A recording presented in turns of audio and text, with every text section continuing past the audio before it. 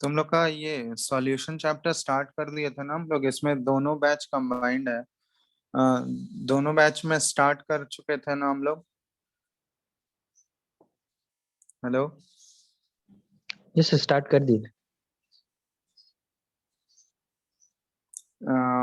कहाँ तक हुआ था? शायद हेनरीज लॉ हम दोनों में कंप्लीट कर दिए थे, जहां तक मेरे को याद है।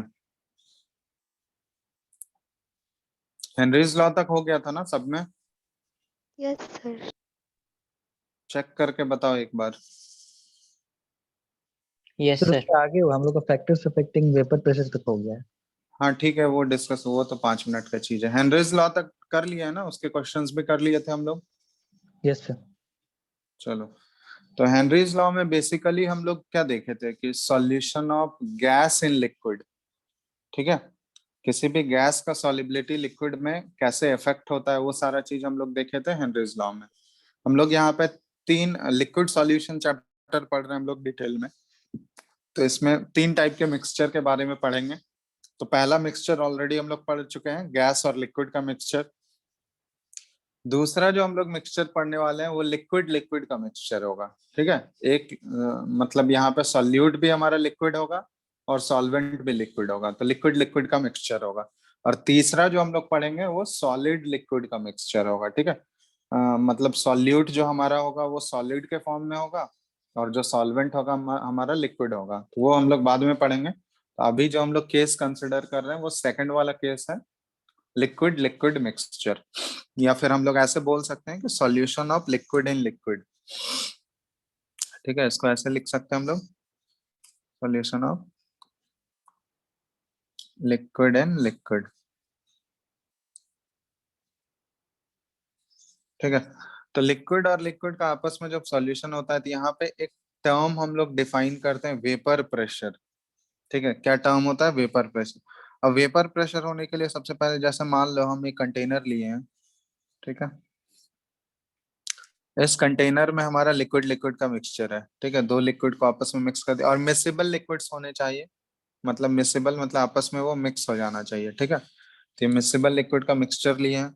और इस कंटेनर को अगर हम लोग क्लोज कर दें ऊपर से, ठीक है, उसके ऊपर कोई लिड लगा दें हम लोग ऊपर से, और इसको नीचे से हीट कर रहे हैं, तो हीट करोगे तो क्या आएगा? देखो, ये अपने वेपर फॉर्म में कन्वर्ट होगा। होगा? वेपर फॉर्म में कन्वर्ट होगा या नहीं होगा, बताओ। Yes sir. Yes sir. तो अब ये जो वेपर बना ना, अब ये वेपर क्या करेगा? वेपर तो गैसियस फेज हो गया ना, गैसियस फेज को हम लोग वेपर फेज बोलते हैं। तो अब ये वेपर जो है इस कंटेनर के वॉल पे, ये जो कंटेनर है इन सब पे प्रेशर एक्सर्ट कर रहा होगा। ठीक है, तो इसकी वजह से वो प्रेशर डेवलप होता है। ठीक है, अब वेपर प्रेशर हम लोग कब इसको बोलते हैं? जब वो इक्विलिब्रियम पे आ जाता है। तो इक्विलिब्रियम पे क्या होगा? जैसे ही देखोगे तुम, जैसे ही ये कंटेनर को ओपन करोगे, ये लिड जो है ऊपर वाला ओपन करोगे, तो देखोगे कि इस पे कुछ कुछ ड्रॉपलेट्स जो है वो तुमको कंटेनर के उस पे सरफेस पे मिलेंगे, या फिर कंटेनर के साइड वाले वॉल्स पे भी देखोगे तो ड्रॉपलेट्स तुमको, छोटा छोटा लिक्विड का ड्रॉपलेट्स वो तुमको मिलेगा। इसका मतलब क्या हुआ कि मतलब जिस टाइम पे ये सॉल्यूशन जो है वेपर में कन्वर्ट हो रहा है, एट द सेम टाइम एक और प्रोसेस हो रहा है कि वो वेपर भी तो कंडेंस हो रहा है ना। वेपर कंडेंस हो रहा है तभी तो वो ड्रॉपलेट्स हमको मिल रहा है। बिना कंडेंसेशन का ड्रॉपलेट मिलेगा क्या? ये बताओ। No sir. At the no. Same time दो प्रोसेस हो रहा है ना, एक तो वेपोराइजेशन तो हो ही रहा है, लेकिन साथ साथ क्या हो रहा है? कंडेंस। कौन सा? कंडेंसेशन भी हो रहा है। तो हम लोग बोलते हैं ये इक्विलिब्रियम कब रीच करेगा? ये दोनों प्रोसेस जो है आपस में इक्विलिब्रियम पे कब पहुंचेंगे? जब दोनों का रेट क्या हो जाता है? मतलब ये दोनों तो इक्वल। अपोजिट प्रोसेस है ना, वेपोराइजेशन और कंडेंसेशन, ये दोनों तो अपोजिट प्रोसेस, एक फॉरवर्ड है तो दूसरा बैकवर्ड है ना। तो इक्विलिब्रियम पे क्या होना चाहिए? Rate of vaporisation should be equal to क्या होगा? रेट ऑफ, क्या लिख सकते हैं बताओ? कंडेंसेशन। कंडेंसेशन। कंडेंसेशन। तो जब ये दोनों का रेट इक्वल हो जाएगा तो उस समय हम लोग बोलेंगे कि वो सिस्टम जो है, ये जो हमारा सिस्टम लिया गया है वो इक्विलिब्रियम पे आ चुका है। मतलब लिक्विड और गैस जो है आपस में ये दोनों इक्विलिब्रियम में आ चुके हैं, जब उन दोनों का रेट, उन दोनों के प्रोसेस ऑफ कन्वर्जन का रेट जो है वो दोनों इक्वल हो जाएगा, और उसी इक्विलिब्रियम वाले पोजीशन पे हम लोग डिफाइन करते हैं वेपर प्रेशर को। ठीक है, तो वेपर प्रेशर क्या होता है कि द प्रेशर एक्सर्टेड बाय, जब इक्विलिब्रियम अटेन हो चुका होगा उस समय जो लिक्विड के वेपर्स बने हैं वो जितना प्रेशर एक्सर्ट करेगा, ठीक है, इक्विलिब्रियम पे, उस प्रेशर को हम लोग वेपर प्रेशर बोलते हैं। ठीक है, तो इसको हम लोग डिफाइन कर सकते हैं, the pressure exerted by vapors of liquid, vapors of the liquid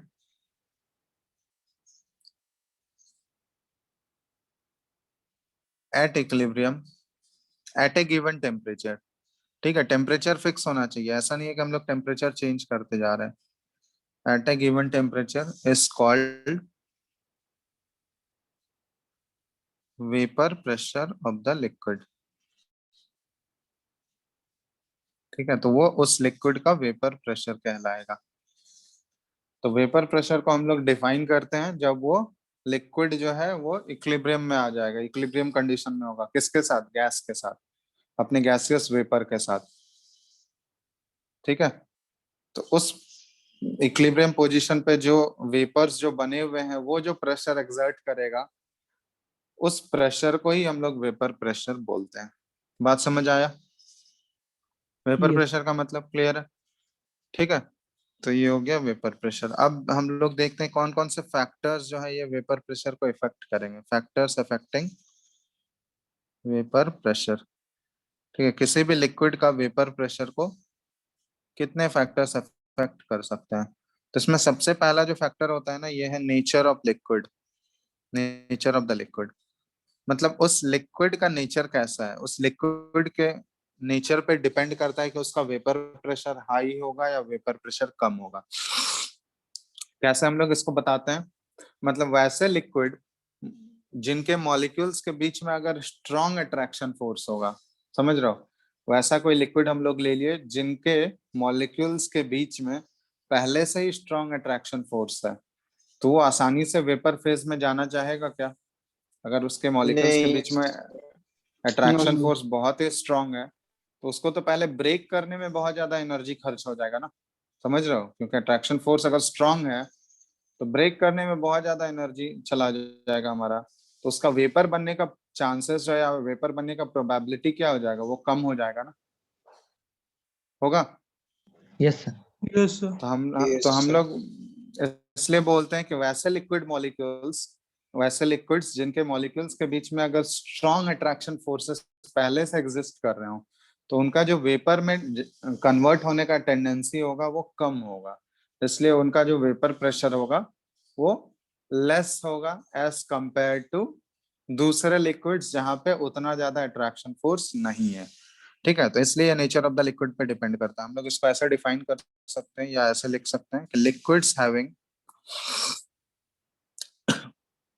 strong attraction forces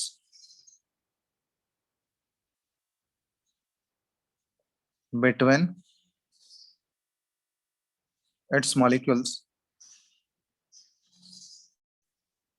will have lower vapor pressure। BP मतलब वेपर प्रेशर से डिफाइन कर रहे हैं हम लोग, lower vapour pressure as compared to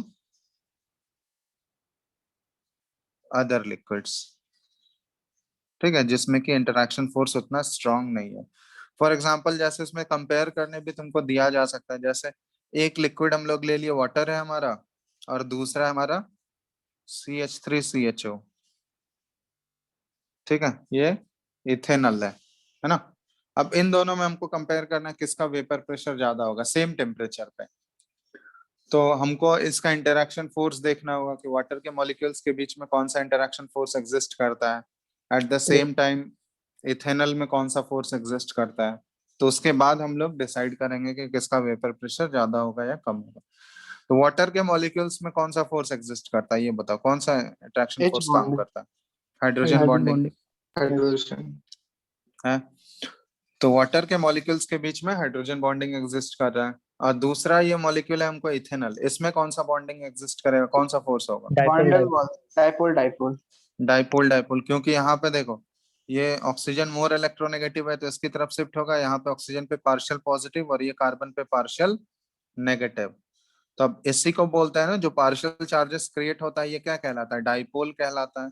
इसी को डाइपोल बोलते हैं हम लोग। Yes, ये sir. तो एक मॉलिक्यूल है, इसी तरह बहुत सारे मॉलिक्यूल्स होंगे इसके। इथेनॉल के तो बहुत सारे मॉलिक्यूल्स होंगे ना उसके लिक्विड में। तो एक मॉलिक्यूल के ऊपर डाइपोल अगर क्रिएट हुआ तो दूसरे मॉलिक्यूल के ऊपर भी तो ऐसे ही हुआ होगा।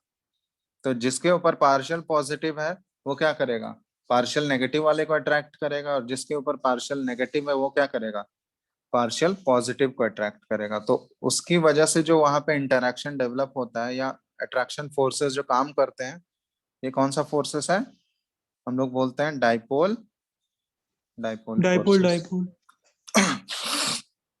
अब तुम लोग अगर पढ़े हो गए जो different types of interaction forces होते हैं मॉलिक्यूल्स के बीच में जो एक्ट करते हैं, वंडरवॉल फोर्सेस उनको बोलते हैं। तो एक होता है डाइपोल डाइपोल, फिर उसके बाद डाइपोल इंड्यूस डाइपोल होता है ना, पढ़े हो?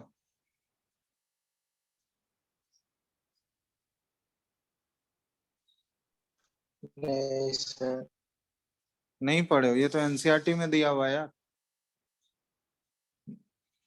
गैसियस स्टेट में वंडरवॉल फोर्सेस जहाँ पे दिया गया वो एनसीईआरटी में टाइप्स दिए गए, 3-4 टाइप्स के वंडरवॉल फोर्सेस। तुम लोग पढ़े ही नहीं हो अभी तक।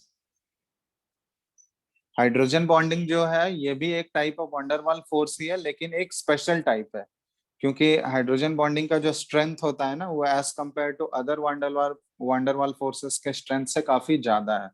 तो इन दोनों में अगर तुम कंपेयर करोगे डाइपोल डाइपोल और हाइड्रोजन बॉन्डिंग में, कौन सा अट्रैक्शन फोर्सेस का स्ट्रेंथ ज्यादा है बताओ? Hydrogen hydrogen hydrogen hydrogen bonding का ज्यादा।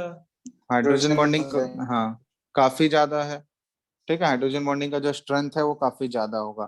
तो अगर हाइड्रोजन बॉन्डिंग का स्ट्रेंथ ज्यादा है तो वाटर के मॉलिक्यूल्स जो है आसानी से वो वेपर में कन्वर्ट होंगे क्या? नहीं सर सर। ज्यादा एनर्जी लगेगी। तो आसानी से वो वेपर में कन्वर्ट नहीं होगा, मतलब उसका वेपर तो बनेगा लेकिन कम वेपर बनेगा, क्योंकि उसमें ज्यादा एनर्जी खर्च हो रहा है। तो जो वेपर बन रहा होगा वो कम वेपर बन रहा होगा। एट द सेम टाइम उसी सेम टेम्परेचर पे अगर हम लोग बात करें तो इथेनॉल का वेपर जो है वो ज्यादा बन रहा होगा एज कंपेयर टू वाटर। तो इसलिए अगर हम लोग उस सेम टेम्परेचर पे वेपर प्रेशर अगर कंपेयर करेंगे तो किसका वेपर प्रेशर ज्यादा होना चाहिए ये बताओ? इथेनॉल। चैनल का। इथेनॉल का।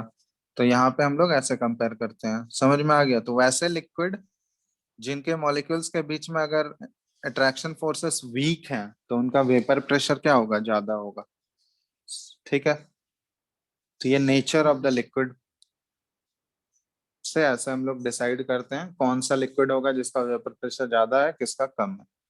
समझ आ गया? यस और Yes. नो? दिख रहा है ना सबको स्क्रीन? तुम लोग बोल नहीं रहे हो Yes, कुछ? sir. Yes sir. Yes sir. Okay, लिख लिया इसको। तो फर्स्ट फैक्टर तो नेचर ऑफ लिक्विड हो गया।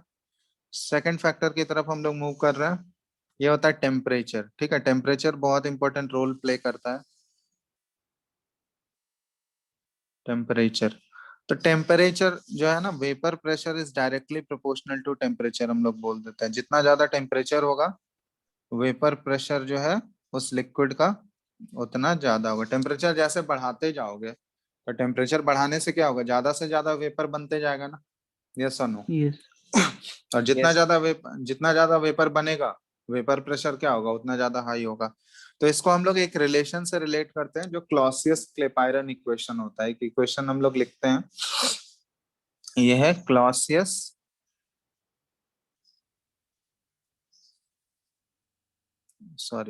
क्लॉसियस क्लेपायरन है, CLAYPEY क्लॉसियस क्लेपायरन इक्वेशन। तो इस इक्वेशन के थ्रू हम लोग रिलेट करते हैं इसको। ठीक है, इसमें रिलेशन क्या आता है ये लिख लो,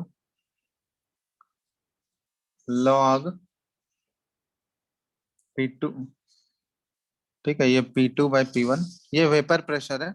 P2 हो गया टेम्परेचर T2 पे और P1 हो गया टेम्परेचर T1 पे।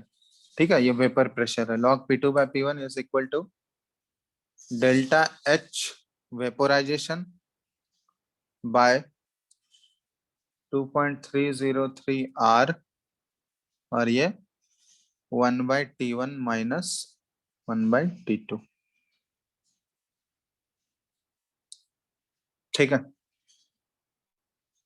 ये रिलेशन होता है। अब यहाँ पे देखना, हम लोग वेपर में उसको कन्वर्ट कर रहे हैं, तो वेपर में अगर कन्वर्ट करेंगे तो डेल्टा एच वेपोराइजेशन इसका वैल्यू क्या होगा? ये तो हमेशा पॉजिटिव होगा, ग्रेटर देन 0, क्योंकि अगर किसी भी लिक्विड को तुम वेपर में बदलोगे तो वो एक्सोथर्मिक प्रोसेस होगा या एंडोथर्मिक प्रोसेस होगा, ये बताओ। एंडोथर्मिक। अरे एनर्जी दोगे तभी तो वो वेपर में जाएगा ना। यस। अगर एनर्जी देने से वो वेपर में जा रहा है तो वो एनर्जी रिक्वायर्ड हो रहा है ना उस प्रोसेस में, तो एनर्जी रिक्वायर्ड हो रहा है तो वो एंडोथर्मिक प्रोसेस हो गया। और एंडोथर्मिक प्रोसेस में डेल्टा एच क्या होता है? Change in enthalpy positive. Positive. तो डेल्टा एच का वैल्यू तो यहाँ पे ग्रेटर देन 0 होगा, डेल्टा एच वेपोराइजेशन वो ग्रेटर देन 0 है। तो अब ये अगर वैल्यू ग्रेटर देन 0 है, ये हमको पता है, ये पॉजिटिव वैल्यू है, ठीक है, पॉजिटिव है। तो अगर हम लोग टेम्परेचर को बढ़ा रहे हैं, T2 is greater than T1, temperature को अगर हम लोग इंक्रीज कर रहे हैं, तो ये बताओ तो P2 और P1 में कौन सा ग्रेटर होगा? अगर टेम्परेचर हम लोग बढ़ा रहे हैं तो P2 और P1 में कौन बड़ा होगा? कंपेयर करके बताओ जल्दी से। P2। P2 बड़ा होगा। समझ आ रहा है कैसे हम लोग कंपेयर किए? ये बताओ। यहाँ देखो 1/T1 ज्यादा माइनस, टेम्परेचर देंगे तो सर मॉलिक्यूल ज्यादा एक्साइट होगा, तो वो ज्यादा प्रेशर एक्सर्ट करेगा, जल्दी जल्दी चेंज होगा। वो तो ठीक है, बट हम यहाँ इस इक्वेशन के थ्रू हम बताना चाह रहे थे। अब इस इक्वेशन में देखो T2 का वैल्यू ग्रेटर है T1 से, तो 1/T1 माइनस 1/T2 करोगे तो ये क्या होगा? पॉजिटिव वैल्यू होगा या नेगेटिव वैल्यू होगा? पॉजिटिव वैल्यू होगा। पॉजिटिव होगा।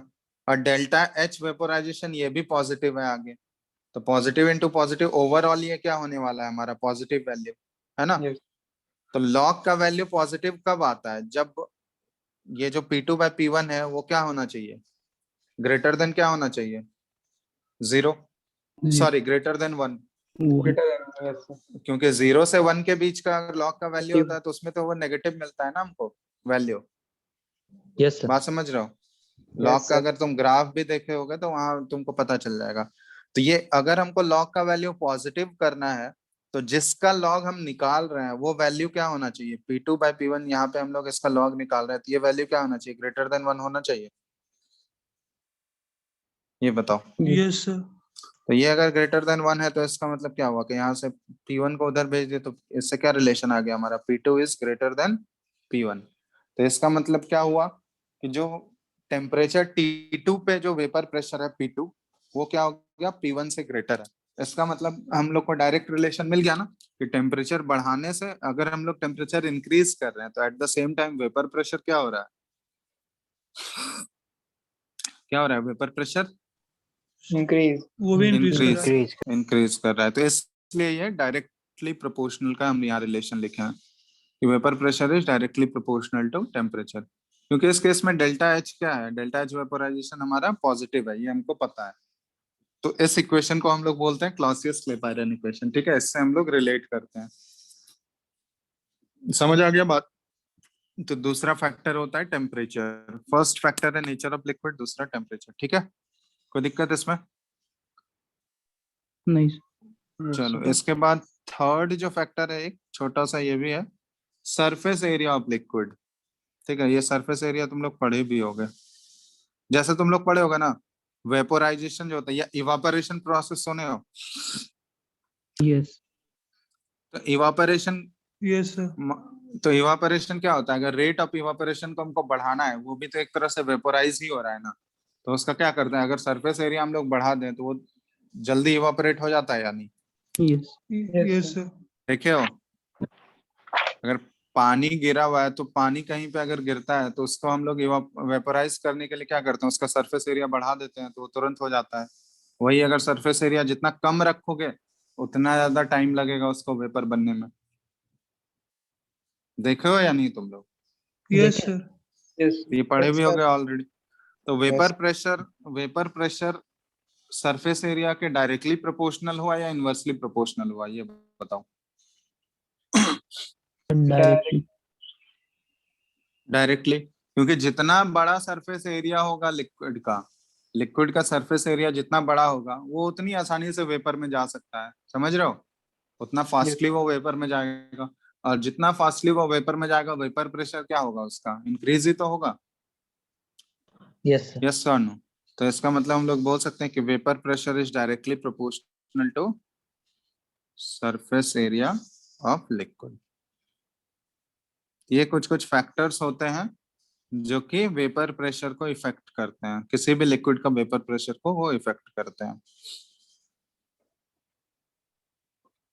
ठीक है, अभी हम लोग सॉलिड वाला केस कंसिडर नहीं कर रहे हैं। एक ये भी पढ़े होगे तुम लोग, जैसे मान लो कोई प्योर लिक्विड है और उस प्योर लिक्विड में अगर मान लो कुछ इम्प्योरिटी हम लोग डाल दें, कुछ ऐसा सब्सटेंस डाल दें जो कि उसमें डिसॉल्व नहीं हो रहा है, घुल नहीं रहा है, ठीक है, इम्प्योरिटी उसमें डाल दें, सॉलिड इम्प्योरिटी, तो वो क्या करेगा, उसके वेपर प्रेशर को बढ़ाएगा या वेपर प्रेशर को घटा देगा, ये बताओ।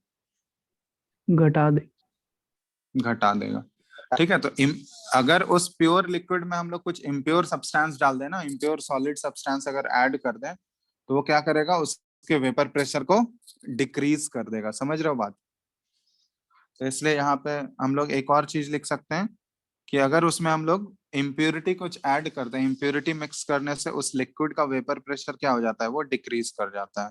तो vapour pressure is inversely proportional to impurity. समझ रहे हो बात? Yes. Yes Yes or no? Yes. तो ये भी एक फैक्टर होता है, हम लोग कंसिडर कर लेते हैं कि वो वेपर प्रेशर ऑफ लिक्विड को इम्पैक्ट करता है।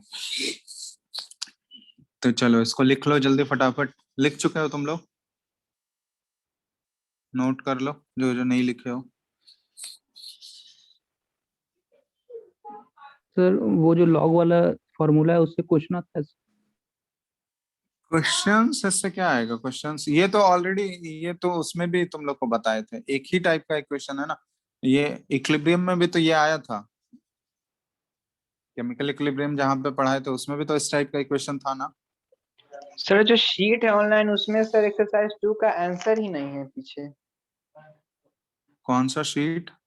वही सर इसका solution in module quality. Module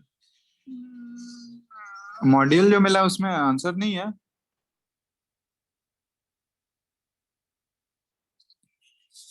hello, क्या बोल रहे हो? सर एक्सरसाइज 2 का उसमें वो आंसर नहीं है पीछे सर। बुकलेट जो मिला है उसमें? यस सर उसमें नहीं है, एक्सरसाइज 2 में नहीं है। पता नहीं, चेक करना होगा वो तो, देखना होगा, भेजना ग्रुप में भेज देना, वो देख लेंगे। यस बुकलेट भेज देना, ठीक है। यस।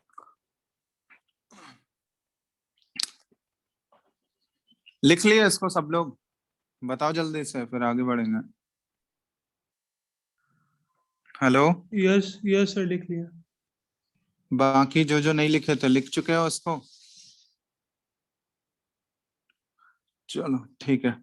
इसके बाद अब हम लोग बढ़ रहे हैं आगे, कि कैसे हम लोग डिसाइड करेंगे। मान लो दो, अभी तो हम लोग सिर्फ सिंपली एक लिक्विड का ले रहे थे, अब मान लो कि कोई दो लिक्विड अगर मिक्स हैं आपस में, ठीक है, दो मिक्सिबल लिक्विड्स हैं, उन दोनों को मिक्स किए हैं और दोनों वोलेटाइल हैं, ठीक है, दोनों वोलेटाइल हैं, तो वहां पे हम लोग कैसे उन दोनों का अलग अलग वेपर प्रेशर कैसे कैलकुलेट करते हैं, तो वहां पे हम लोग एक लॉ यूज करते हैं, राउल्ट्स लॉ बोलते हैं उसको, ठीक है। तो हेडिंग डाल लो, vapour pressure, sorry, vapour pressure of a solution containing two volatile liquids। दोनों volatile liquid और miscible है, ठीक है, आपस में मिक्स हो गए आसानी से, two volatile liquids। तो इसमें हम लोग कैसे उन दोनों का हम लोग इंडिविजुअल वेपर प्रेशर कैसे कैलकुलेट करते हैं, तो उसके लिए हम लोग एक लॉ पढ़ेंगे जिसको बोला जाता है राउल्ट्स लॉ।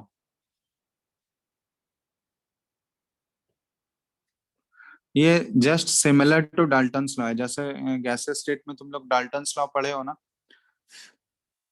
पढ़े हो या नहीं? यस याद है? तो डाल्टन्स लॉ भी तो ऐसे ही था ना, कि दो गैसेस या दो से ज्यादा गैसेस अगर मिक्स है आपस में, तो उनमें हम लोग गैसेस का पार्शियल प्रेशर निकालते थे, याद है कैसे Yes. आता था? ऐड कर देते। Partial pressure is equal to mole fraction उस गैस का इनटू टोटल प्रेशर, यही करते थे हम लोग। तो उसी तरह Yes. यहाँ पे क्या है कि दो से ज्यादा लिक्विड, मेनली दो का ही बात करेंगे, तो दो लिक्विड अगर आपस में मिक्स है तो उनका वेपर प्रेशर निकालने का फॉर्मूला क्या होगा? तो वही चीज हो जाएगा कि मोल फ्रैक्शन उस लिक्विड का कितना है इनटू हम लोग उस लिक्विड का प्योर जो वेपर प्रेशर है वो कितना होता है, तो वही डिसाइड करते हैं। वही लॉ होता है, राउल्ट्स लॉ इसको हम लोग बोलते हैं। तो इसको डिफाइन ऐसे करते हैं, लिख लो। It states that the partial vapor pressure of a volatile component, partial vapor pressure of a volatile component of a solution of two miscible liquids, ठीक है, टू मिसिबल लिक्विड्स। जैसे ये नाम दे देते हैं इसका, दो लिक्विड ए और बी है, एट ए गिवन टेम्परेचर, किसी गिवन टेम्परेचर पे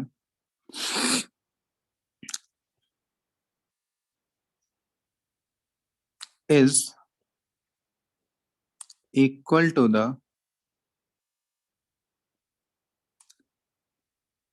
product of vapor pressure, साथ साथ ही लिखते जाना तुम लोग, of the pure component at that temperature and its mole fraction in the solution।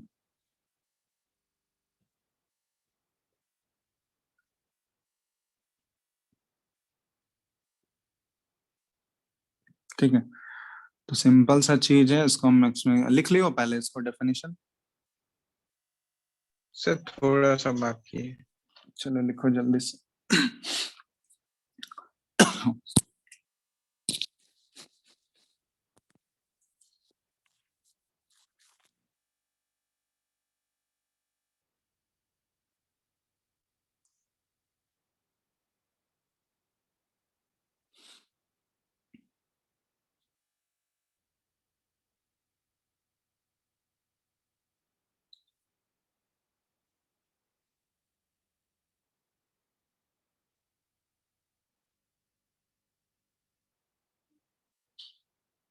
हो गया?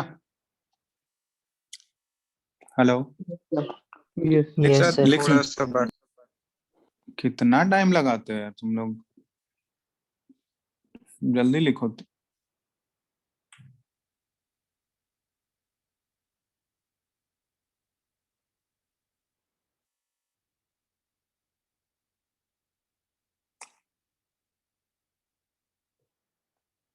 लिख लिया ना अब? Yes Yes, sir. Yes, sir. चलो Yes. अब देखो, जैसे दो लिक्विड है, दो मिसिबल लिक्विड्स हैं ए और बी, ठीक है, इसमें से कोई एक सॉल्यूट होगा, कोई एक सॉल्वेंट होगा हमारा, ठीक है। तो ए और बी को आपस में अगर मिक्स किए हैं हम लोग, तो यहाँ पे अगर हमको पार्शियल वेपर प्रेशर की बात करते हैं, पार्शियल वेपर प्रेशर, तो किसी भी लिक्विड का पार्शियल वेपर प्रेशर ये जो है पी ए, मान लो ए का पार्शियल वेपर प्रेशर लिख रहे हैं, तो ये किसके इक्वल होगा? इज इक्वल टू द, उस टेम्परेचर पे बोला जा रहा है, is equal to the product of vapour pressure of the pure component, ठीक है। तो जैसे ए का हम लोग निकाल रहे हैं ना पार्शियल वेपर प्रेशर, तो ये प्रोडक्ट होगा किसका?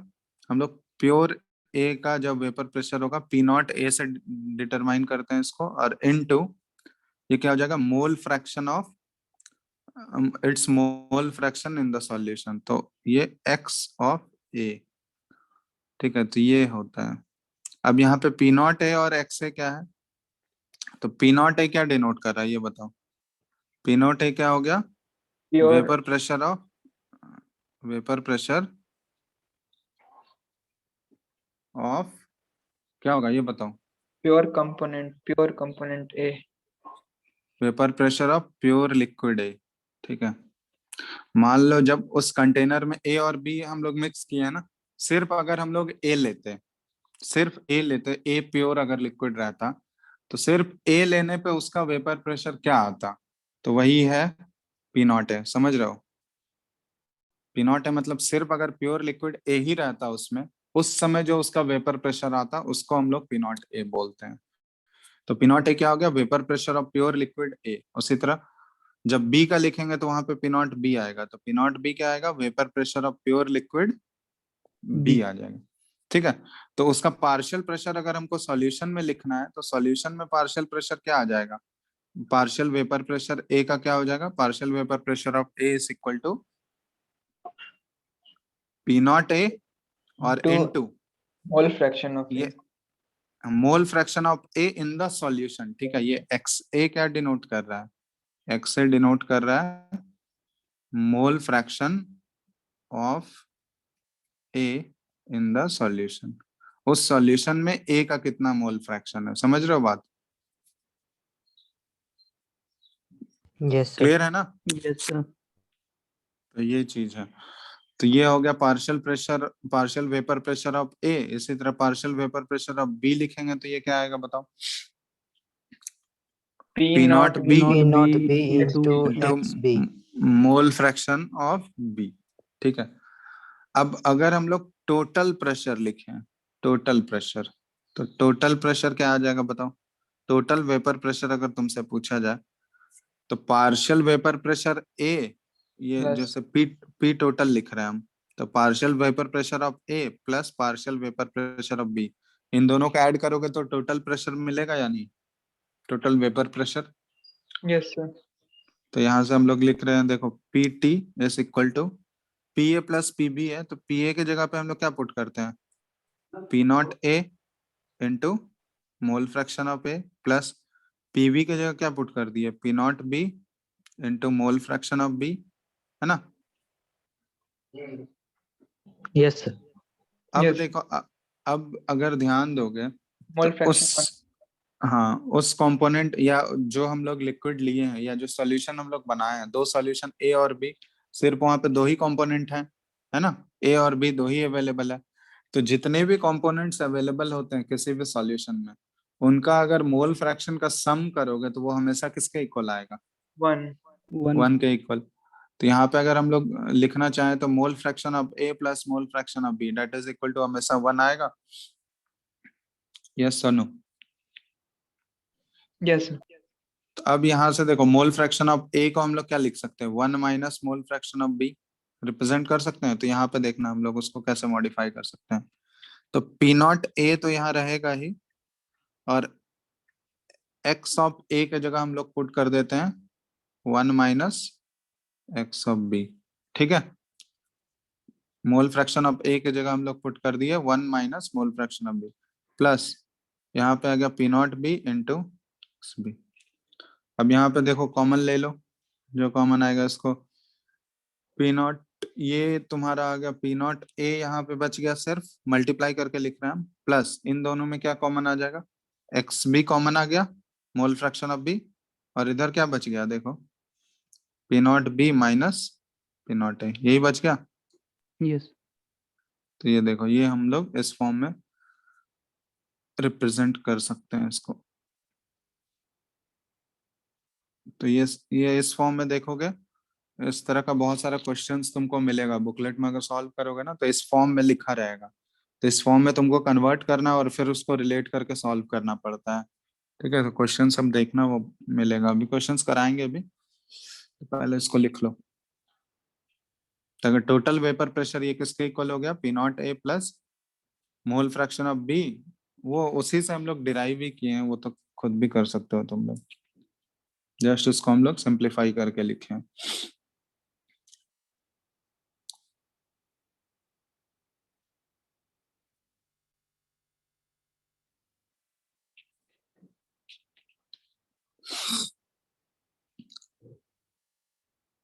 एसटीपी और एनटीपी सेम होता है सर? एसटीपी और एनटीपी सेम तो नहीं होता है, टेम्परेचर का डिफरेंस है ना। एसटीपी स्टैंडर्ड टेम्परेचर हो गया, वो 0 डिग्री सेल्सियस लिया जाता है। एनटीपी नॉर्मल टेम्परेचर हो गया ना, वो तो रूम टेम्परेचर लिया जाता है 25 डिग्री। सर मोलर टेम्परेचर में वॉल्यूम, अंतर, सर मोलर वॉल्यूम भी अंतर कर जाता है। थोड़ा सा अंतर होता है, लेकिन हम लोग वो 22.4 ही कंसिडर करते हैं। वो अंतर तो होगा ही ऑब्वियसली, सर थोड़ा लेकिन सा। हम लोग, हाँ थोड़ा सा अंतर होता है, तो उसको हम लोग अप्रोक्सीमेटली इक्वली कंसिडर कर लेते हैं, 22.4 लीटर ही ले लेते हैं। Okay sir. चलो लिख लियो इसको यहाँ तक। Yes sir. चलो अब देखो, जैसे गैस में हम लोग पढ़े थे वहां पे डाल्टन्स लॉ में, या फिर गैसेस स्टेट में पढ़े थे ना, कि गैस जो होता है दो टाइप का पढ़े थे, एक आइडियल गैस, दूसरा रियल गैस। Real gas. उसी तरह यहाँ सॉल्यूशन में भी हम लोग दो टाइप के सॉल्यूशन पढ़ेंगे। ठीक है, एक आइडियल सॉल्यूशन होगा और दूसरा नॉन आइडियल सॉल्यूशन होगा। ठीक है, आइडियल सॉल्यूशन जैसे वहां पे आइडियल गैस पढ़े होगे कि पीवी इक्वल टू एनआरटी को फॉलो करता है, तो उसको आइडियल गैस बोलते हैं हम लोग। मतलब आइडियल गैस इक्वेशन को वो फॉलो करता है हर एक पॉइंट ऑफ टाइम पे, तो उसको आइडियल गैस बोलते थे। रियल गैस क्या हो गया, जिसमें PV not equal to nRT होता है ना, वो आइडियल गैस इक्वेशन को फॉलो नहीं करता है। तो वहां पे था गैसेस स्टेट में। यहाँ पे भी हम लोग उसी तरह पढ़ेंगे। एक आइडियल सॉल्यूशन होगा, दूसरा non ideal solution. Ideal solution just theoretical case है, ठीक है, जैसे आइडियल गैस वाला है। तो आइडियल सॉल्यूशन हम लोग किसको बोलते हैं, वैसा सॉल्यूशन जो कि राउल्ट्स लॉ को ओबे करता है। मतलब हर एक टेम्परेचर और हर एक कंसंट्रेशन पे, चाहे टेम्परेचर कुछ भी हो या कंसंट्रेशन कुछ भी हो, अगर वो राउल्ट्स लॉ को हर टाइम ओबे कर रहा है, फॉलो कर रहा है हर समय, तो उस टाइप का सॉल्यूशन को हम लोग बोलते हैं आइडियल सॉल्यूशन। ठीक है, तो आइडियल सॉल्यूशन हम लोग देखते हैं पहले क्या है।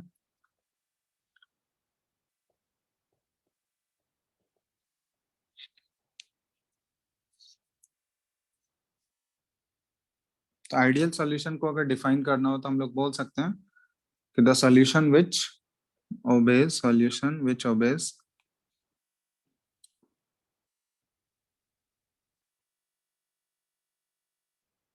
Raoult's law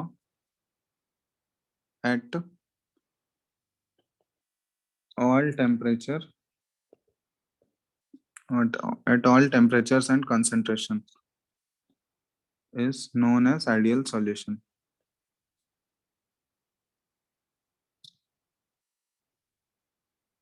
ठीक है, तो आइडियल सॉल्यूशन को हम लोग ग्राफिकली रिप्रेजेंट करते हैं। तो ये इम्पोर्टेंट है। ठीक है, कैसे हम लोग इसको, ग्राफ बहुत ही इंपॉर्टेंट है। आइडियल और नॉन आइडियल दोनों के केस में हम लोग ग्राफ ड्रॉ करेंगे। तो ये मोल फ्रैक्शन और वेपर प्रेशर को एक्चुअली ये रिलेट करता है। तो जैसे यहाँ पे हम लोग एक्स एक्सिस ये है हमारा और वाई एक्सिस ये है। ठीक है, तो एक्स एक्सिस पे हम लोग मोल फ्रैक्शन ले रहे हैं। ठीक है, एक्स एक्सिस पे मोल फ्रैक्शन, और वाई एक्सिस पे हम लोग लेंगे वेपर प्रेशर। ठीक है, वाई एक्सिस पे क्या कंसिडर करोगे, वेपर प्रेशर। Vapour pressure. तो अब इन दोनों के बीच में हम लोग ग्राफ प्लॉट कर रहे हैं।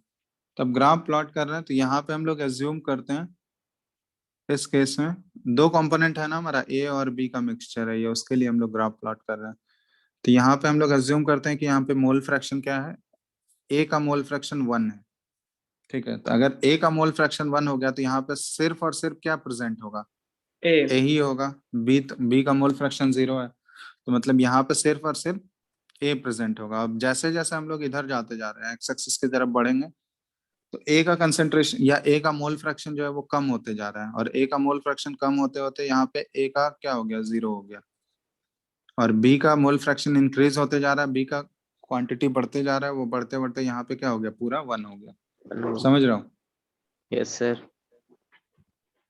तो अगर यहाँ पे सिर्फ और सिर्फ ए प्रेजेंट है, तो इसकी वजह से जो वेपर प्रेशर आएगा, इसको हम लोग पी नॉट ए से रिप्रेजेंट कर सकते हैं, यस और नो।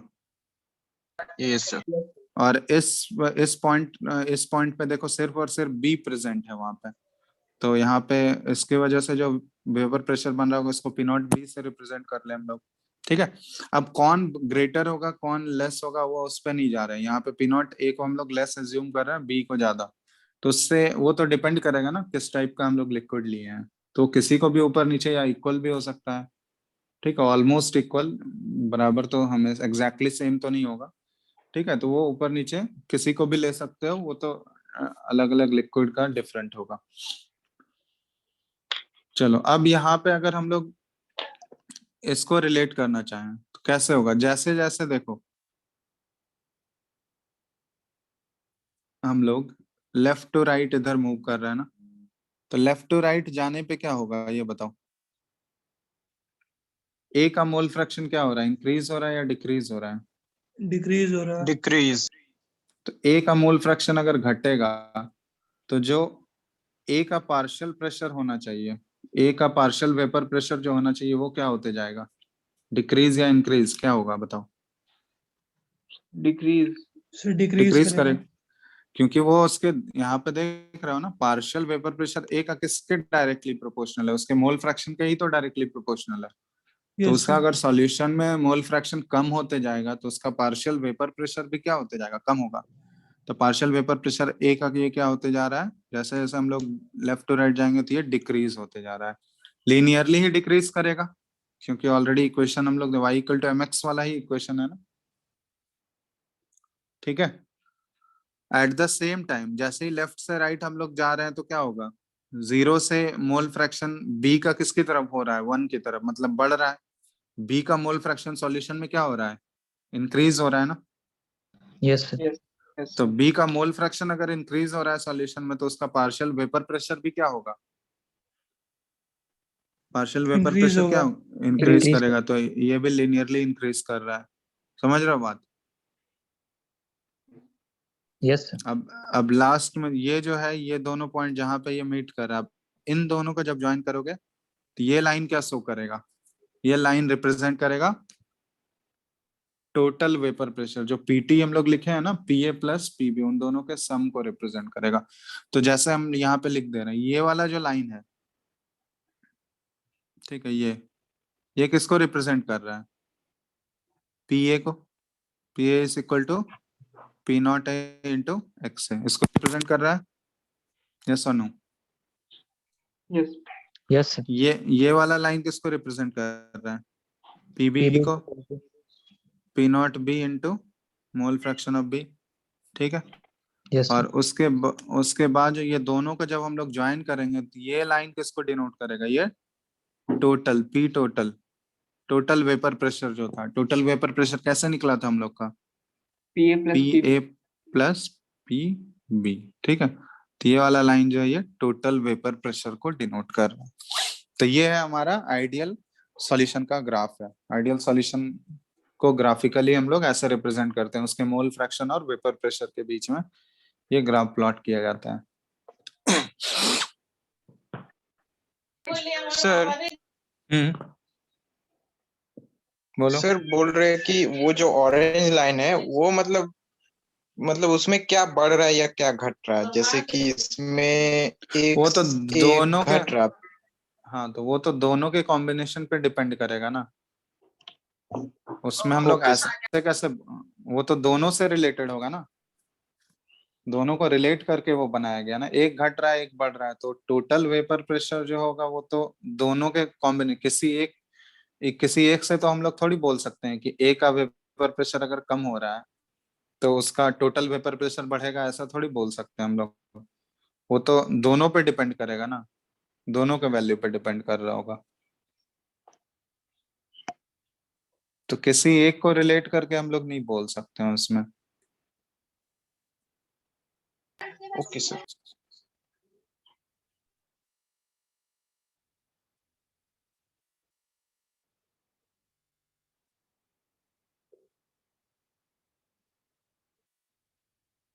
हेलो, लिख रहे हो उसको, ड्रॉ कर लिए?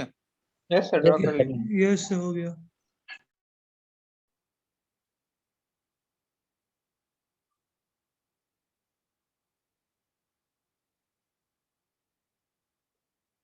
चलो, तब देखो आइडियल गैस के केस में कुछ कुछ एजम्पशंस हम लोग को कंसिडर करना पड़ता है, वो एजम्पशंस क्या क्या होता है, ठीक है, तो उसको नोट कर लो। आइडियल गैस आज हम लोग डिस्कस कर लेते हैं, फिर हम लोग नेक्स्ट क्लास में जो है वो नॉन आइडियल गैस हम लोग डिस्कस करेंगे।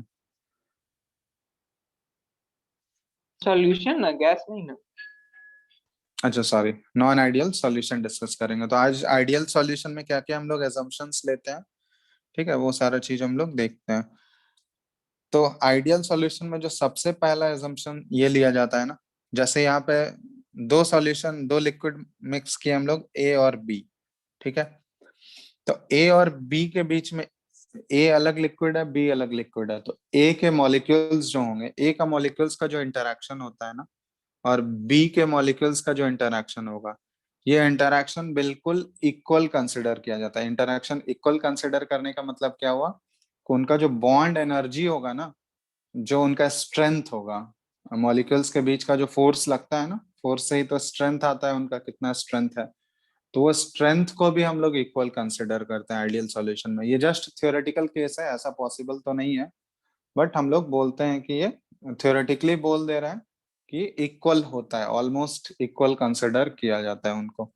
तो जैसे यहाँ पे हम लोग रिप्रेजेंट कर सकते हैं इसको आइडियल सॉल्यूशन के केस में, जैसे ए और ए के बीच का जो इंटरेक्शन है प्लस बी और बी के बीच का जो इंटरेक्शन है, ये दोनों जब, ये दोनों अलग अलग था पहले, ठीक है, ये मान लो इसको हम लोग सॉल्यूट कंसिडर कर लेते हैं, ये हमारा सॉल्यूट है, और बी जो है हमारा ये सॉल्वेंट है। अब ये दोनों को जैसे ही मिक्स करोगे, तो मिक्स करने पे ए बी टाइप कुछ ऐसा बनेगा ना, ए बी, तो ये हमारा क्या बन गया, सॉल्यूशन बन गया, है ना। दोनों आपस में इंटरेक्ट करके एक सॉल्यूशन बनाया, मिक्सिबल है तो आपस में मिक्स तो करेगा ही, तो मिक्स करने पे ये ए बी सॉल्यूशन बन गया हमारा। तो यहाँ पे हम लोग क्या बोलते हैं ना, ये जो इंटरेक्शन है किसके किसके बीच का, ए के बीच का, ए और ए के मॉलिक्यूल्स के बीच का जो इंटरेक्शन होगा इज इक्वल टू बी और बी के बीच का इंटरेक्शन, ठीक है, एंड ए और बी के बीच का इंटरेक्शन, ये तीनों आपस में इक्वल है। इनफैक्ट यहाँ पर समझ रहे हो, ये अजम्पशन लिया जाता है आइडियल सॉल्यूशन में, ठीक है। मतलब ए और ए जो सॉल्यूट था हमारा, उसके बीच का जो इंटरेक्शन था वो सॉल्वेंट, बी और बी के बीच का जो इंटरेक्शन है वो सॉल्वेंट मॉलिक्यूल्स का इंटरेक्शन, वो दोनों इंटरेक्शन तो इक्वल है ही, और वो इंटरेक्शन किसके इक्वल होगा, जो सॉल्यूशन हमारा बना ए बी, तो उस सॉल्यूशन के मॉलिक्यूल्स के बीच में जो इंटरेक्शन है वो उसके भी इक्वल होगा। तो ये तीनों इंटरेक्शंस जो हैं, जो भी तीन इंटरेक्शंस यहाँ पे फॉर्म हो रहा है, वो तीनों इंटरेक्शंस जो है आपस में बराबर होते हैं आइडियल सॉल्यूशन में। समझ आया बात? यस और नो? No sir. नहीं आया? ये इंटरेक्शंस बोलने का मतलब क्या हुआ कि हम लोग बोलते हैं एक टाइप का इंटरेक्शन है, मतलब उसका जो बॉन्ड का स्ट्रेंथ होगा ना, स्ट्रेंथ समझते हो, जैसे दो मॉलिक्यूल्स आपस में, दो मॉलिक्यूल्स हैं कहीं पे, तो उसमें कुछ ना कुछ तो फोर्स लग रहा होगा ना, लग रहा होगा यानी, यस यस सर। सर। तो वो फोर्स को ही इक्वल लिया जा रहा है यहाँ पे, समझ रहे हो। वो जो स्ट्रेंथ है ना, मॉलिक्यूल्स का जो बीच का स्ट्रेंथ है, इंटरमॉलिक्यूलर फोर्स का जो स्ट्रेंथ है, उसको बराबर एज्यूम किया, मतलब एक टाइप का वो फोर्स लगा रहा है, ठीक है, इक्वल मैग्नीट्यूड का, ओके सर। तो वो चीज बोला जा रहा है, वो बराबर होगा सब में, ठीक है। तो यहाँ पे अगर इंटरेक्शंस इक्वल एज्यूम किया जाता है, तो यहाँ से जब हम लोग डेल्टा एच निकालेंगे, इसका डेल्टा एच ऑफ सॉल्यूशन या डेल्टा एच ऑफ मिक्सचर, मतलब जब इन दोनों को मिक्स करेंगे, तो मिक्स करने पे जब डेल्टा एच निकालेंगे कि क्या एंथैल्पी चेंज हुआ, तो एंथैल्पी चेंज हम लोग बॉन्ड एनर्जी के टर्म में कैसे तुम लोग को बताए थे, summation of bond energy of reactants minus summation of bond energy of products, यही था ना। बॉन्ड एनर्जी के टर्म में डेल्टा एच जब निकालते थे हम लोग, याद है, यस उसमें रिएक्टेंट माइनस प्रोडक्ट करते थे हम लोग, है ना।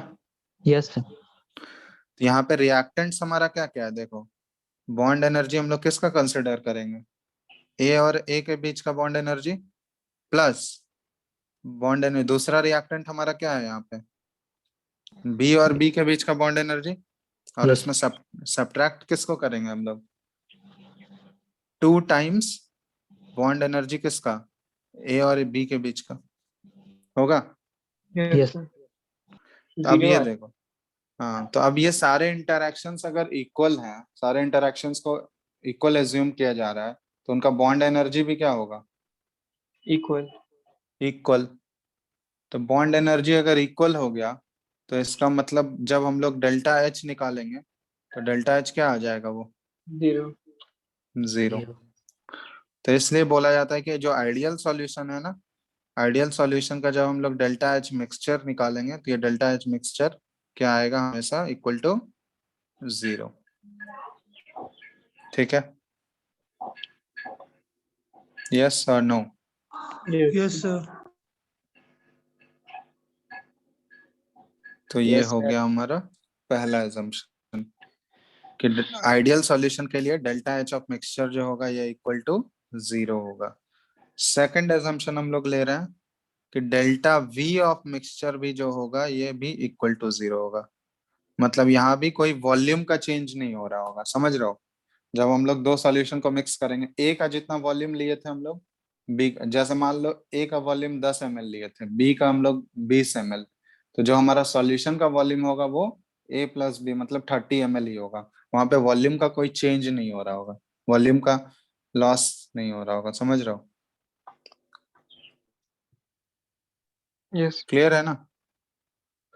यस। तो वॉल्यूम का सॉल्यूशन भी क्या होगा, वो कांस्टेंट रहेगा। वॉल्यूम कांस्टेंट रहेगा, मतलब चेंज इन वॉल्यूम क्या होगा, वो इक्वल टू 0 होगा। ठीक है, Yes, sir. तो ये हो गया सेकंड एजम्पशन। तीसरा, सर इंक चेंज कर लीजिए ना। अच्छा चलो, थर्ड जो है ये है delta S of mixture. Delta S मतलब हम लोग रैंडमनेस के फॉर्म में बात कर रहे हैं, तो रैंडमनेस के फॉर्म में बात कर रहे हैं तो फिर क्या होगा बताओ, रैंडमनेस बढ़ रहा है या घट रहा है यहाँ पे? घट रहा।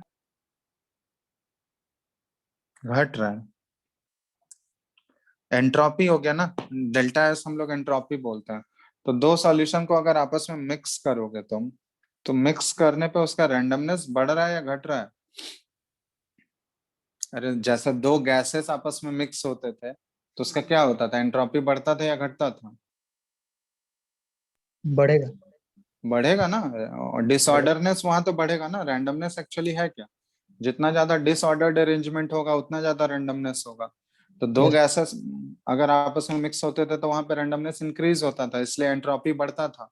यहाँ भी उसी तरह दो सॉल्यूशन को अगर तुम मिक्स कर रहे हो, दो लिक्विड को अगर मिक्स करोगे तो ऑब्वियसली उसका डिसऑर्डर्ड क्या होगा, डिसऑर्डर्ड अरेंजमेंट होगा कि नहीं? होगा सर। तो Yes, डिसऑर्डर ज्यादा से ज्यादा अगर वो डिसऑर्डर्ड हो रहा है, इसका मतलब उसका रैंडमनेस क्या हो रहा है, इंक्रीज कर रहा है। और रैंडमनेस अगर इंक्रीज कर रहा है तो उसका एंट्रोपी भी क्या होगा, एंट्रोपी क्या होगा, इंक्रीज या डिक्रीज? Sir increase. इंक्रीज करेगा। तो एंट्रोपी अगर इंक्रीज करेगा तो हम लोग delta S change in entropy को क्या बोलेंगे, वो पॉजिटिव होगा ना, ग्रेटर देन 0। तो चेंज इन एंट्रोपी अगर ग्रेटर देन 0, इसका मतलब क्या हुआ कि हम लोग बोल रहे हैं रैंडमनेस क्या हो रहा है, इंक्रीजेस। ठीक है, रैंडमनेस बढ़ेगा। ठीक है, चलो तो रैंडमनेस तो बढ़ रहा है। फोर्थ पॉइंट हम लोग क्या लिख रहे हैं, delta G of mixture. Delta G of mixture जो है ये लेस देन 0 आता है, क्योंकि दो सॉल्यूशन को अगर तुम मिक्स किए हो तो मिक्स करने वो क्या उसमें कोई एनर्जी देना पड़ता है क्या हमको, ये बताओ? दो लिक्विड सॉल्यूशन नो अगर सर। रखोगे तो वो तो बिना एनर्जी अपने आप मिक्स हो जाएगा ना, वो उसमें कुछ एक्सटर्नल हमको फोर्स लगाना पड़ता है क्या, ये नो बताओ? सर। नहीं। तो ये प्रोसेस क्या है, स्पॉन्टेनियस है या नॉन स्पॉन्टेनियस है? वो रिएक्शन जो होगा मिक्सिंग का, वो प्रोसेस क्या होगा, स्पॉन्टेनियस या non spontaneous? Spontaneous. Spontaneous process होगा। तो अगर वो स्पॉन्टेनियस प्रोसेस है तो उसका डेल्टा जी ऑफ मिक्सचर जो होगा वो क्या होगा, लेस देन 0 होगा ना। स्पॉन्टेनियस प्रोसेस के लिए गिब्स फ्री एनर्जी, जो change in Gibbs free energy होता है वो क्या होता है, नेगेटिव। यस इससे और नो? डिक्रीज करता है। तो गिब्स फ्री एनर्जी अगर नेगेटिव है तो उसको हम लोग क्या बोल सकते हैं, डेल्टा जी ऑफ मिक्सचर क्या है, लेस देन 0। ठीक है, बात समझ आ रहा है? Delta Yes. G of mixture क्या है, लेस Yes, देन sir. 0। तो ये सब चीज ध्यान रखना, ये सारा चीज एजम्पशंस है किसके लिए, ये किसके केस में है, ये सारा कैरेक्टरिस्टिक्स किसका है, ideal solution. Ideal. Ideal solution. ठीक है, तो एक्चुअली जो आइडियल सॉल्यूशन होता है ना, जैसे ये रिलेशन था हम लोग को, delta G is equal to delta H minus T delta S. तो आइडियल सॉल्यूशन, ये जो स्पॉन्टेनिटी है, ये किसकी वजह से आता है ये बताओ? एंथैल्पी ड्राइविंग फोर्स है यहाँ पे या एंट्रोपी ड्राइविंग फोर्स है ये बताओ? ये जो स्पॉन्टेनियस प्रोसेस हो रहा है ना, डेल्टा जी नेगेटिव हो रहा है, तो ये किसकी वजह से नेगेटिव हो रहा है? एंथैल्पी की वजह से, एंथैल्पी पे डिपेंडेंट है या एंट्रोपी पे डिपेंडेंट है? कौन डिसाइडिंग फैक्टर है यहाँ पे ये बताओ? एंथैल्पी डिसाइडिंग फैक्टर होगा या entropy? Delta G of mixture, ये डेल्टा एच ऑफ मिक्सचर और डेल्टा एस ऑफ मिक्सचर, ये बताओ तो जल्दी से।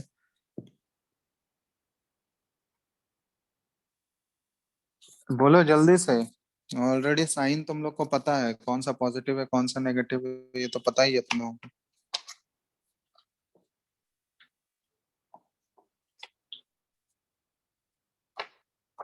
इसे एंट्रोपी एंट्रोपी डिसाइड करेगा या एंथैल्पी डिसाइड करेगा? कौन ज्यादा डोमिनेटिंग है? एंट्रोपी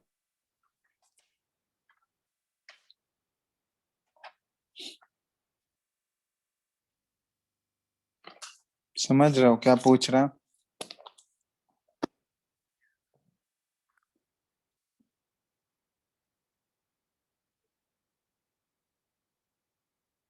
इस केस में देखो, डेल्टा एच ऑफ मिक्सचर ये तो जीरो ही है ना तुम्हारा, ये बताओ। Hello, yes sir. Yes sir. Delta H of mixture तो जीरो है, तो डेल्टा एच ऑफ मिक्सचर अगर जीरो होगा, ये जीरो ही है, तो किसकी वजह से ये डिसाइड होगा? डेल्टा एच ऑफ मिक्सचर तो वो तो जीरो है, एंट्रोपी ही डिसाइड करेगा ना। एंट्रोपी का साइन जो होगा वही डिसाइड करेगा कि प्रोसेस स्पॉन्टेनियस होगा या नॉन स्पॉन्टेनियस होगा। समझ रहे हो? तो अगर यहाँ पे एंट्रोपी नेगेटिव हो जाता, डेल्टा एस का वैल्यू नेगेटिव हो जाता, तो डेल्टा जी क्या आ जाता ये बताओ? Positive positive. पॉजिटिव हो जाता। तो पॉजिटिव अगर डेल्टा जी हो जाता तो वो प्रोसेस स्पॉन्टेनियस रहता क्या? नो No, सर, sir. Non spontaneous. नहीं। तो यहाँ पे कौन डिसाइड कर रहा है? एंट्रोपी ही तो डिसाइड कर रहा है ना, क्योंकि एंट्रोपी का साइन यहाँ पे क्या है? पॉजिटिव है। ग्रेट पॉजिटिव वैल्यू मतलब ग्रेटर देन जीरो है डेल्टा एस। तो अगर ये ग्रेटर देन जीरो है, आगे माइनस साइन है, तो माइनस इंटू प्लस करोगे तो ये क्या है? टेम्परेचर तो हमेशा पॉजिटिव ही रहेगा, तो माइनस इंटू प्लस हो गया तो ये क्या बन गया? ऑल ओवरऑल नेगेटिव ही रहा ना। तो डेल्टा एच नेगेटिव करने के लिए एंट्रोपी का साइन यहाँ पे बहुत ही इंपॉर्टेंट हो जाता है। ठीक है, तो हमको यहाँ पता है कि आइडियल सॉल्यूशन में एंट्रोपी क्या होता है? बढ़ता है, इसीलिए प्रोसेस स्पॉन्टेनियस है। तो डिसाइडिंग फैक्टर यहाँ पे एंट्रोपी है, क्योंकि एंथैल्पी ऑफ मिक्सचर वो तो जीरो ही है ना, उससे कोई फर्क पड़ेगा क्या? No sir. No sir. ठीक है, तो इसलिए ये ओवरऑल जो है नेगेटिव डेल्टा जी होता है, और नेगेटिव डेल्टा जी अगर होगा तो प्रोसेस क्या हो जाता है? स्पॉन्टेनियस। ठीक है, अब इसमें एग्जांपल्स, आइडियल सॉल्यूशन के क्या क्या एग्जांपल्स होते हैं? कौन कौन से सॉल्यूशंस हैं जिनको मिक्स करने पे वो आइडियल सॉल्यूशन बनाते हैं? तो ये एग्जांपल्स इंपॉर्टेंट हो जाता है इसमें। ठीक है, ये ध्यान रखना। बेंजीन प्लस टॉलिन, ठीक है, ये हो गया ideal solution. Hexane plus heptane, मतलब एक टाइप के नेचर वाले। ठीक है, मतलब अगर सेम नेचर वाले तुम लिक्विड्स को मिक्स करोगे तो उसको बोलते हैं हम लोग कि वो जनरली आइडियल सॉल्यूशन वो बनाता है। ठीक है, जैसे बेंजीन और टॉलिन, तो दोनों एक तरह से क्या है? नॉन पोलर नेचर का ही है ना। बेंजीन भी नॉन पोलर सॉल्वेंट ही है हमारा, टॉलिन भी नॉन पोलर है। तो जनरली दो नॉन पोलर सॉल्वेंट्स को अगर मिक्स करोगे तो वो आइडियल सॉल्यूशन बनाता है। ठीक है, जैसे ethyl bromide plus ethyl iodide, ये भी एक जैसा है। तो ये नॉन पोलर नहीं है, ये दोनों थोड़ा सा पोलैरिटी तो रहेगा इथाइल ब्रोमाइड और इथाइल क्लोराइड में। सॉरी, इथाइल ब्रोमाइड और प्लस इथाइल आयोडाइड होगा ना थोड़ा सा पोलैरिटी, क्योंकि आयोडीन और ब्रोमीन का इलेक्ट्रोनेगेटिविटी डिफरेंस जो होगा वो तो ज्यादा होगा। कार्बन से इलेक्ट्रोनेगेटिविटी तो ज्यादा है ना इनका। यस बोलो, सर। तो इनकी वजह से थोड़ा सा पार्शियल चार्ज तो आएगा इन पे।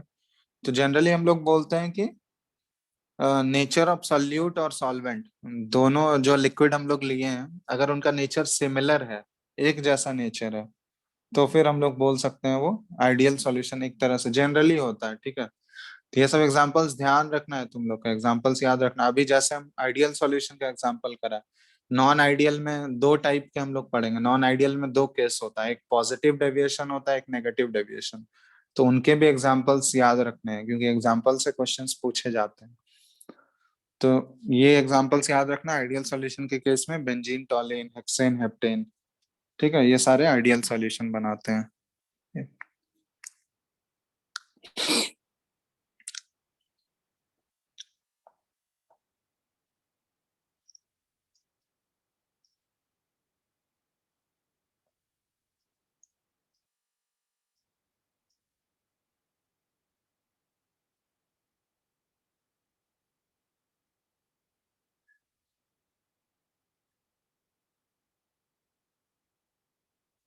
ठीक है, नोट कर लो इसको फटाफट जल्दी से।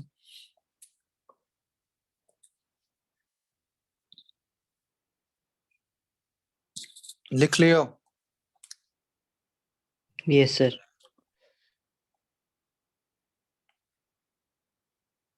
Hello, Yes, sir. लिख लिया ना इसको यहाँ Yes. तक? Yes, sir. चलो Yes. तो यहाँ तक रहने देते हैं इसका। कल तुम लोग का क्लास है क्या? Yes, sir. Yes, sir. है। यस सर, है आपका क्लास है।